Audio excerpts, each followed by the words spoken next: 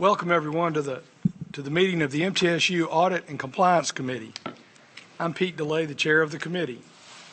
I appreciate MTSU trustees, staff, and those attending for being here with us today. Dr. McPhee, do you have any opening comments? No, Mr. Chairman, thank you. May we begin by having James Floyd, University Counsel and Secretary to our board, call the roll, please. Trustee Boyd. Present. Trustee Cottle. Present. Chair DeLay. Present. Trustee Karbowiak. Present. Chairman Smith. Trustee Wright. Present. We have a quorum. Thank you, sir. We have a busy day today with 4 action items and 3 informational items. Behind tab number 1, the first agenda item today is the approval of the minutes from our May 25th meeting. The minutes are, again, as I said, behind tab number 1. Do we have a motion to approve? So moved. Thank you. Do we have a second? Second. Thank you. Is there any discussion? With no discussion, all in favor of approving the minutes, please say aye. Aye. Aye. Opposed? Thank you. The motion passes. The minutes are approved. Behind tab number 2, our next agenda item is for the approval of amendment to Rule 0240-07-06 Title IX compliance. I'd like to ask Jeff Farah, Associate University Counsel, to present the information on this agenda item. Thank you, Trustee DeLay. This is another rule similar to what we presented before. This is a little different in that we're not having to make a revision to the policy. This is a rule that was approved by the board last fall, and this is just a very small cleanup amendment to add one definition in subparagraph 4 on page 11 of your materials to add the definition of consent. That definition was inadvertently omitted when we pushed the rule through a year ago.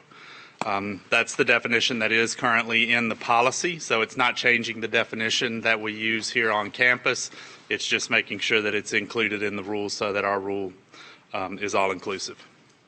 Thank you, Jeff. Does anyone on the committee have any questions? I make a motion to accept the rule. Thank you very much. Do we have a second? Second. Thank you very much. Is there any discussion? With no discussion, all in favor of approving the amendment, the rule? Excuse me, Mr. Chair. I apologize. This will be a roll call vote. Okay. All right. All right. So we'll now have a roll call vote. We've had a properly moved and seconded motion. We'll now have a roll call vote. If you would please call the roll. Trustee Boyd. Approve. Trustee Cottle. Approve. Trustee DeLay. Approved. Trustee Karbowiak. Approved. Trustee Wright.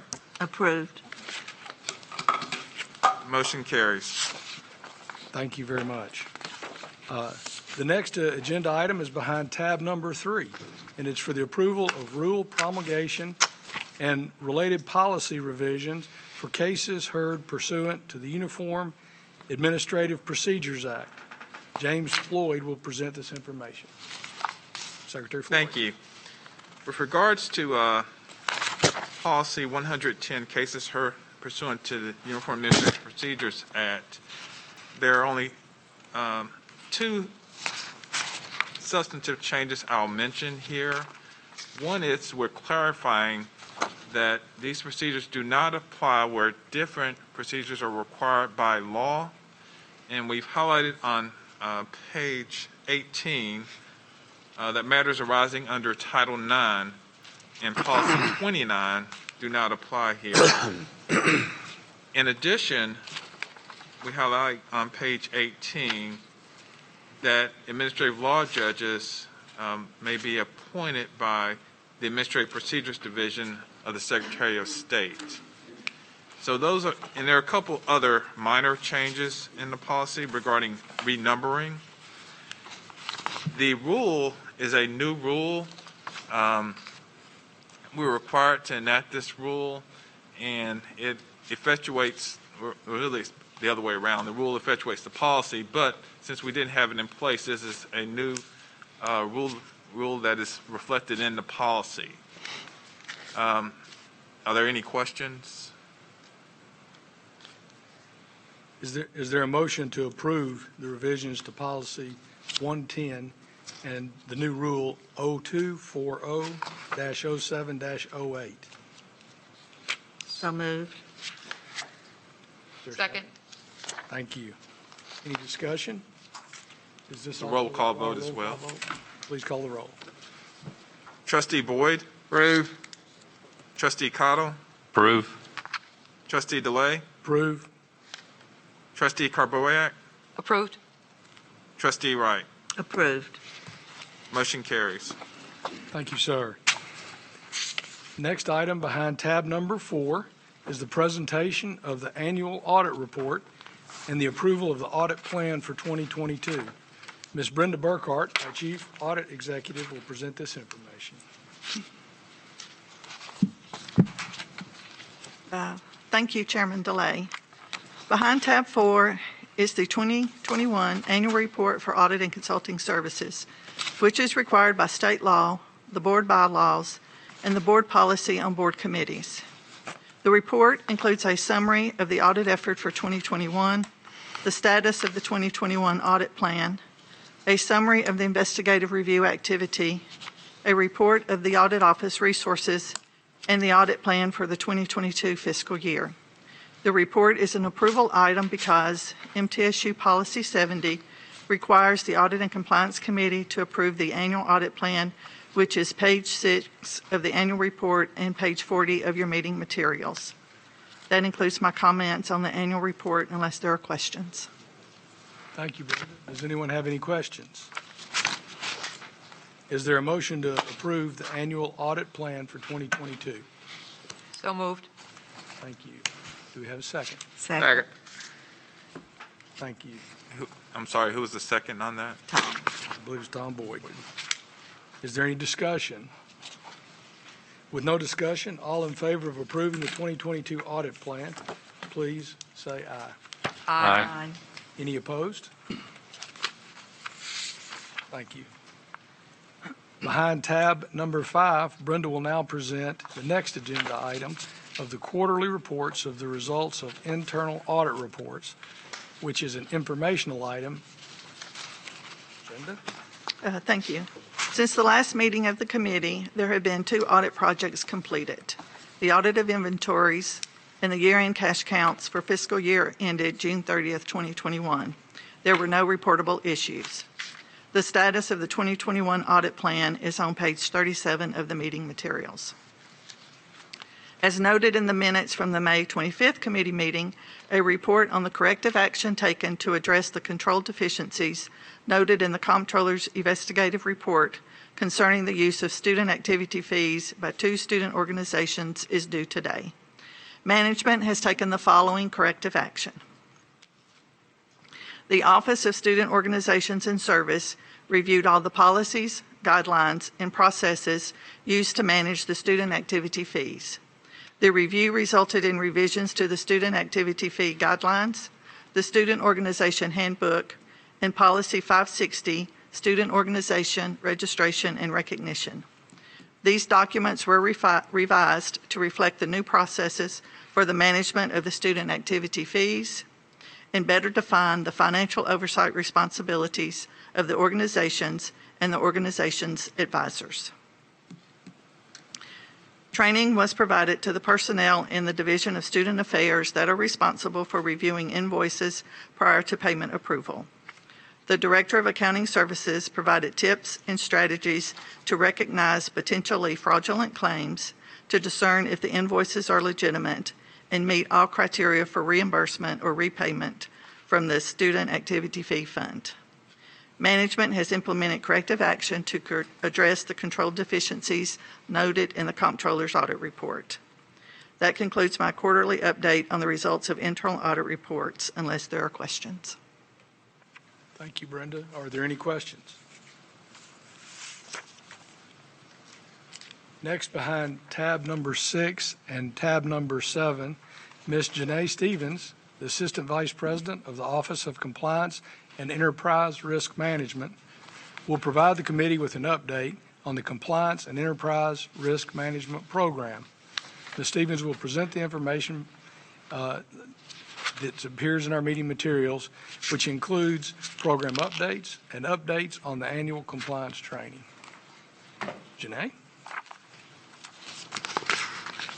Thank you, Chair DeLay.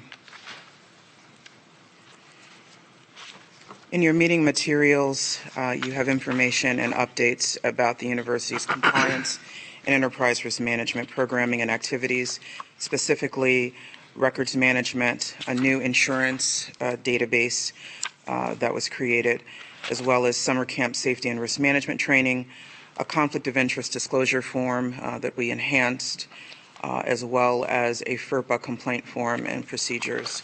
There's also a discussion about environmental and social and governance compliance as well. I'd like to just point one or two highlights, and that is for the insurance resource database. It is a new database that allows us to upload certificates of insurance, as well as allows the campus to input information so that we can review any requests related to outside vendors for risk management purposes in collaboration with the Office of University Counsel. In addition, for records management purposes, MTSU continues to provide timely reporting of its records holding reports. We continue to also receive very positive feedback from the State Director of Records Management. And then finally, just some enhancements related to conflict of interest. We now have a dynamic disclosure form that is fillable, and so we're able to also track those COI forms much better, as well as some detailed procedures about FERPA, and so that was also an enhancement to the office's activities. And finally, as it relates to environmental, social, and governance compliance, this is an element that is new to compliance and risk management programming, but a lot of publicly traded organizations are also looking to this and also doing ESG reports. While MTSU is not a publicly traded agency, we do have our own investors in our students, our surrounding communities, and our regulators. And so what follows in the materials are examples of how MTSU meets the ESG compliance activities. That concludes my report. I'm happy to entertain any questions you may have. Janae, thank you for the information. Question for you. Can you explain to me the FERPA process? And have we had to fill out any FERPA? So the Family Educational Rights and Privacy Act provides certain rights to students as it relates to their educational records. Previously, the Division of Student Affairs was handling a lot of those complaints. Now the Office of Compliance and Enterprise Risk Management reviews any complaints related to FERPA. We now have a FERPA complaint form that is fillable online. And in addition, we work with the Office of Academic Affairs specifically, or the division, specifically the Provost's office.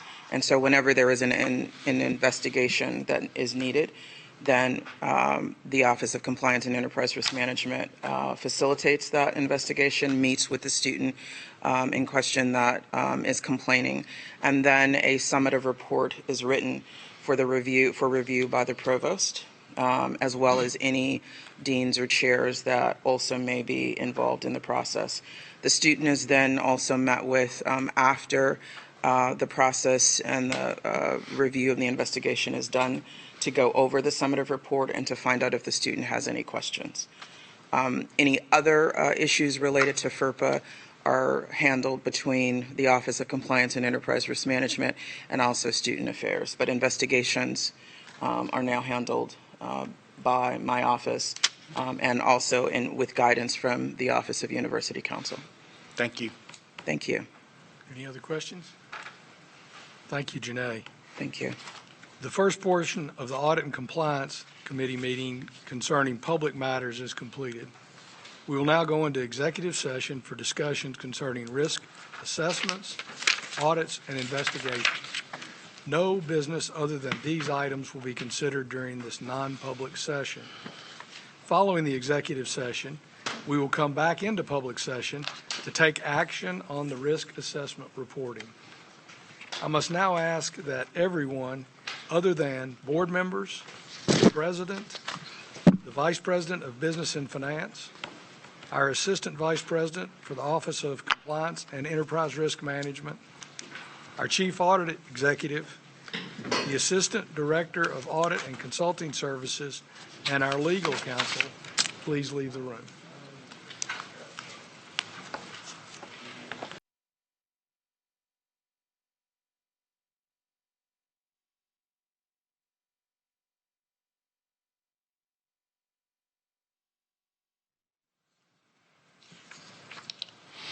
Welcome back to the public session of the Audit and Compliance Committee.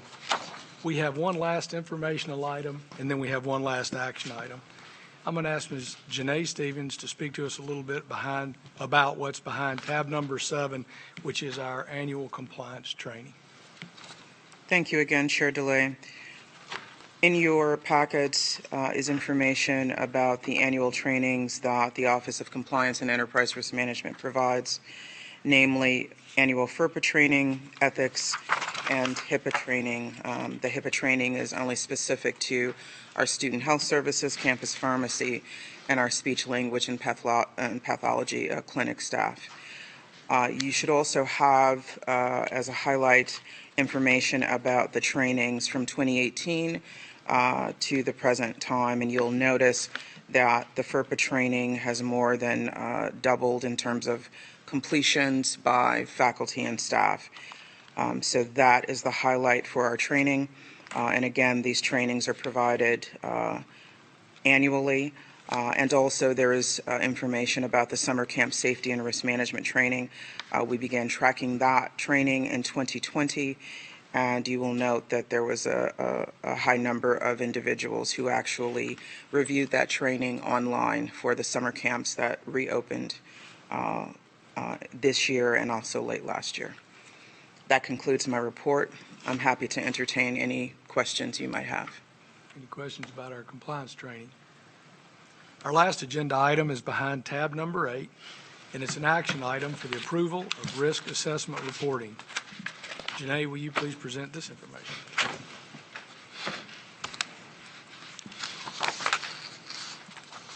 Annually, the university must present risk assessments, and also those risk assessments are delivered to state audit. And so this action item requires the committee to review and vote upon the acceptance of these risk assessments prior to the delivery of any of the risk assessments for this year. Thank you. Is there a motion to approve the 2021 risk assessment reports? So moved. Thank you. Is there a second? Second. Thank you. Is there any discussion? With no discussion, all in favor of approving the 2021 risk assessment reports, please say aye. Aye. Any opposed? Thank you. The motion passes. Mr. Chairman, before Ms. Stevens leave, may I have the Absolutely. opportunity to make a comment? Ms. Stevens came a few years ago and developed a very strong Office of Compliance. She's done a wonderful job, and as you have heard throughout her presentation during board meetings, very thorough, very complete. Unfortunately, she's decided to move on, and August 31st will be her last day at the university. And I just want to publicly recognize her for the tremendous work that she's done in getting our university up to speed in this area. So, Janae, thank you so much. Thank you. We appreciate all you've done for us. I wish you the best in the future. That's good. Dr. McPhee, do you have any other closing remarks? No, sir. Thank you. There is no further business of this agenda, of this committee. Therefore, this meeting is adjourned.